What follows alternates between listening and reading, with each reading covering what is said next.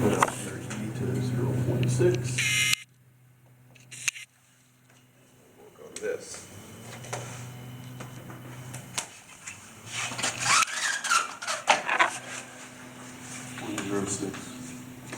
Say again? 0.06. 0.06, thank you.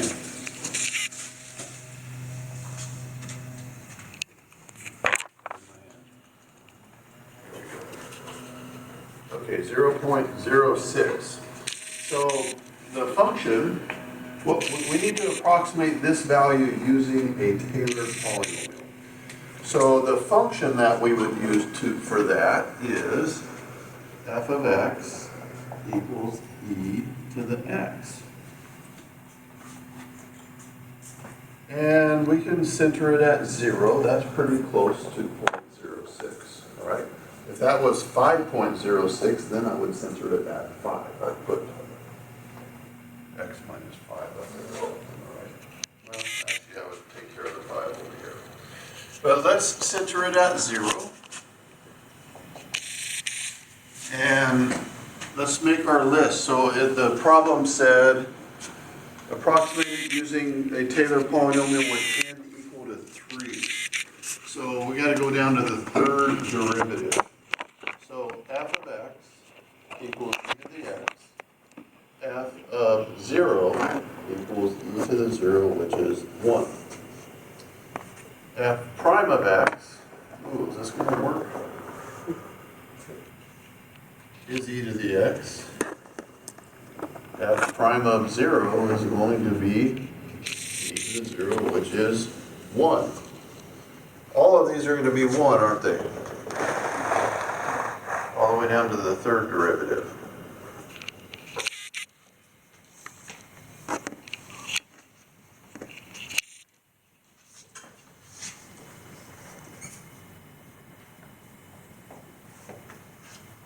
Well, let's try it, see what happens. So we're going to go all the way to the third one here. So we got f of a, which is 1. F of 0 is 1. So our P3 of x is 1. That's the f of a. Then f prime of a times x minus a, that would be plus 1 times x minus 0. We have it centered at 0. And then plus f double prime of a over 2. Well, f double, that's 1 over 2, x minus 0 squared. And then the third derivative is 1 again over 3 factorial, x minus 0 cubed. So I'm just writing in all the details so you know where all the parts come from. All right? Now let's clean it up a little bit. 1 plus x, that'll be 1/2 x squared. And that'll, 3 factorial is 6, so that'll be 1/6 x cubed. There's our third degree Taylor polynomial.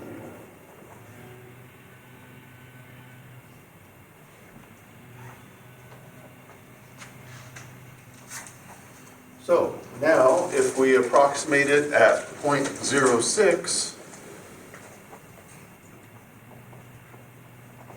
that'll be 1 plus 0.06 plus 1/2, 0.06 squared plus 1/6, 0.06 cubed.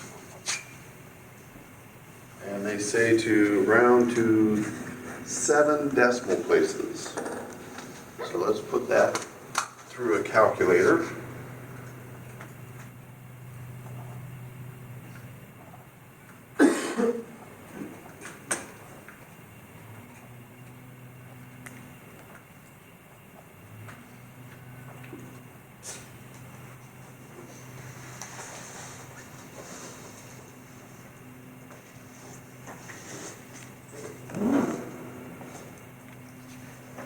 You guys try it? Let me do all the work. Still writing my notes. So this is everything my calculator gives me. 1.061,836. 1, 2, 3, 4, 5, 6. So if we're going to go to 7 decimal places, I'll put a 0 on the end. Let's see what happens.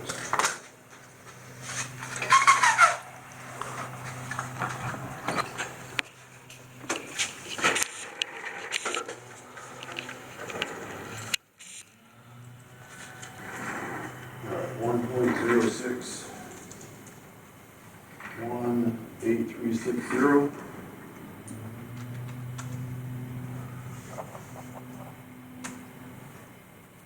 There it is. Well done. Now for this absolute error, to do that, we need to do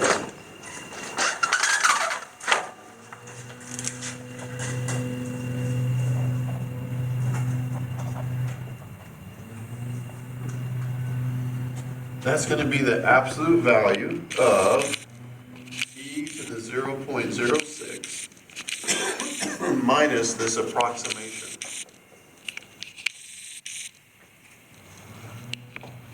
Okay? So subtract e to the, work that out.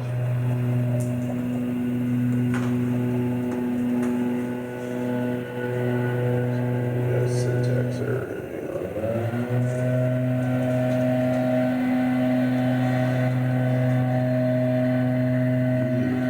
0.06 minus 1.061,360.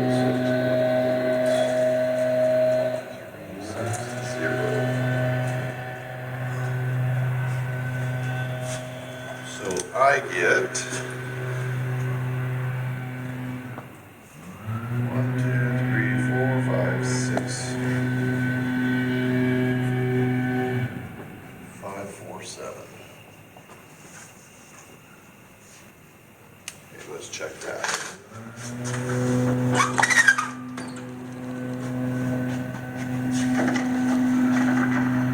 Okay, this one says use scientific notation.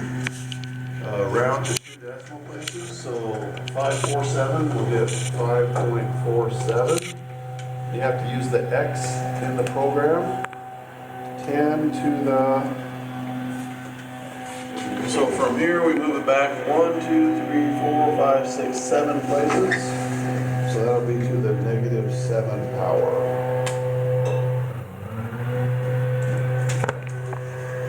All right, so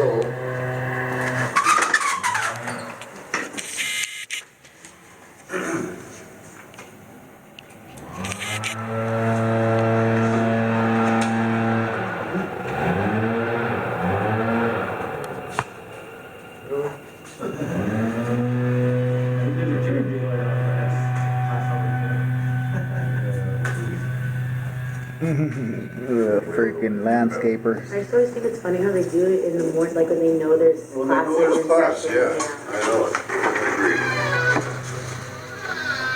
Good morning. All right, so we found a 3rd degree polynomial. Just start with the original function. If it's 3rd degree, then we got to go down to the 3rd derivative. Evaluate the original function at the center, which we're going to use 0. That's close to 0.06. And evaluated all the derivatives. Now, if these derivatives were changing, I would not have skipped. But as we saw, the derivative of e to the x is always e to the x. And so they're going to be the same, right? So then we plug those values where we evaluated them in for the f of a, f prime of a, double prime, triple prime. And the rest of this just comes along for the ride. And it's simplified to this. So this is a 3rd degree polynomial for e to the x, right here. And then we take the value we're evaluating it at, the 0.06, substitute that in for x. We got this So that's our approximation for e to the 0.06 power. And then to find the absolute error, put e to the 0.06 in the calculator, subtract our approximation, do absolute value, and that's our absolute error. So that's how much it's off by. Would you say that's reasonably close? Yeah, it's reasonably close. Now, those calculators in front of you, there's infinitely many things we could put in for x here, aren't there? So do you think they save infinitely many possibilities in that calculator? How does that calculator know what e to the 0.6 is? Did they save something in there for every possibility you could have put in? It wouldn't have that much memory, okay? Those calculators are running an algorithm like this to give those decimal approximations that you see on the screen. So these Taylor polynomials, that's not the only thing in there, but they are the fundamental idea that is making those calculators work. It's programmed with the calculator has ways of choosing the center and all that kind of thing. But it's programmed with these for sine, cosine, tangent, natural log, e to the x. All those functions on that calculator have somewhere in the programming a Taylor polynomial generating these decimal approximations you get for answers on there. All right. So these things do have real world application. Anyway, with this problem, we got to review, good morning, we reviewed how to use this, and we reviewed how to approximate something with it. So, Can you use it for stats or no? Like to apply it to calculate stats or no? I thought it looked similar. so for generating like z values, all those distributions, I doubt it, because they have formulas of their own. Although the normal curve, the function for that has e in it. So there might be something going on there. Yeah. Anyway, so this is this problem that we just did. Number 12, the one before it, use Taylor polynomial second degree to approximate natural log of 1.09. And they tell you what function to use, natural log of 1 plus x. So you're going to state that. You're probably going to want to center this one at 1, because 1.09. So a will be 1. We did a equals 0 up here. You'll do a equals 1 on this problem. And then you'll find the first and second derivative, evaluate those at 1, and then build your polynomial with that and do your approximation. So same type of a problem. If you center it, see this is 1 plus x. Actually, I take that back. If you're using 1 plus x, the number you're actually going to put in is 0.09, right? Not 1.09. So we do this problem?